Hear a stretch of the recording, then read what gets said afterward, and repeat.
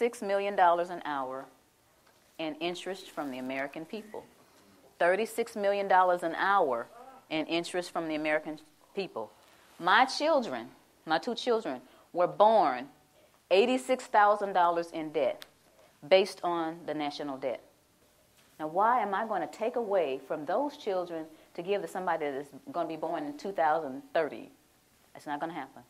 So that was my decision. It was very easy. You know, you think about stuff like fear. Oh, the IRS is going to get you. They're going to take your stuff. That's not important to me. Stuff's not important to me. My children are important to me. I'm one of those mothers that will roll up her sleeves with one leg and try to whoop you if you mess with my children. And I think that a lot of mothers are like that. So this is what my decision was. And I went on and started educating people. One of the things that people asked me once I made this decision and started talking about it, how are we going to run the country without the income tax? I don't know how much Dan got into it, but the Grace Commission report that Ronald Reagan put out in 84, says that none of the money collected in income tax goes towards running the country. But the bottom line is it's not going towards running the country, so you patriotic people out there, you've been fooled. Beardsley Rummel, he was Federal Reserve Chairman back in 1946, did a speech before the American Bar Association. The title of his speech was Taxes for Revenue Are Obsolete. Within the body of this report, he says that the taxes, the income taxes for redistribution of wealth. What is redistribution of wealth? What is that? That's taking from me that I've worked hard for and giving it from somebody else to somebody else. Shouldn't I have the right to redistribute my wealth if I want to? Another question that they ask me is, how come I haven't heard this on TV or on the radio or in the newspaper? Well, sweetie, the simple answer to that is the same people who own the television stations and the newspapers and the radio stations are the same people who are involved with the Federal Reserve. And here is a little statement that says that it only requires 5% ownership to significantly influence the media. Rockefeller is one of the original shareholders of the Federal Reserve. As early as 1963, the House Banking Subcommittee reported that Rockefeller, through Chase Manhattan Bank, controlled 5.9% of the stock in CBS and the bank and gained interlocking directorates with ABC. I went all the way through high school, all the way through college, all the way through testing for the CPA, and all this IRS training and didn't hear about any of this. You think they want this information out here for you guys to eat up and chew up and find out what's really going on? I don't think so. Now, another one. Why don't we just tell our elected officials about this? And to make a really long story short, the We the People Foundation, the same people that put out this ad, put together a hearing. And these 40 researchers were going to ask the IRS and the DOJ these questions, and we're going to have this big meeting in Washington called the Truth and Taxation Hearings. Okay? So we got together with 537 questions. So we sent them the 537 questions so they could research and have the answers, and what did they do?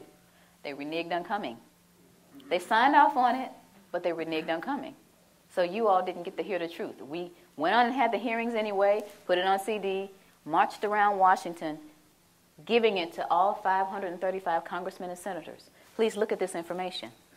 We got stupid responses back like, thank you for visiting our offices in Washington. The next time you come to Washington, please visit us again. They don't care. Your presidents don't care. Another one that they ask me, or they'll say something like, well, this just sounds like it's some kind of conspiracy theory. Y'all hear that a lot? Okay. But tell me this, what's the difference between a conspiracy and a strategy? Don't you understand that this is all by design? All this black, white stuff. You're white, I'm black. You know, you're a Democrat, I'm a Republican. You know, y'all heard of divide and conquer before, right? Why y'all letting them do it to us? While I'm sitting up here arguing with this man about what his great-great-great-granddaddy did to mine, there's this big old fence closing in around us. And while I'm sitting here wasting time and he's sitting here telling me why he doesn't know, we need to put our heads together and figure out how to get out of this fence that these people are building around us. Am I right? Yeah. That's what we got to be. Divide and conquer, we can't let that work anymore. It's been working all these years. Then we need to get together and understand. First of all, you need to understand what is going on with your money. You work hard. It's like we're a hamster on a wheel. This country started out with taxation without representation. Where are we now? How did we get back to where we started? We got lazy and comfortable. Get out your comfort zone. I never tell people to file a tax return. I never tell them not to file. I never tell people to pay taxes, and I never tell them not to pay. What I tell people is to do your own research, do your due diligence, and decide whether or not you're going to be a slave or get off the plantation. That's your choice. So in essence, you're wasting time. As long as you continue to feed the monster's going to grow.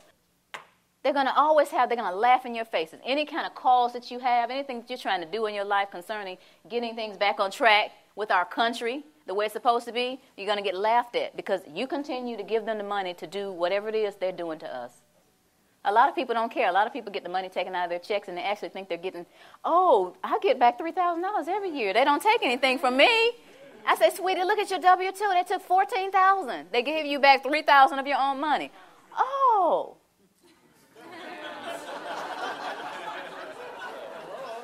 But the point is, if each of us understands where we are, who we are, and tries to do something about it, then we're going to get somewhere. This is a great country, but it's off track. And who's going to get it back on track? Yeah. Thank you. Thank you all.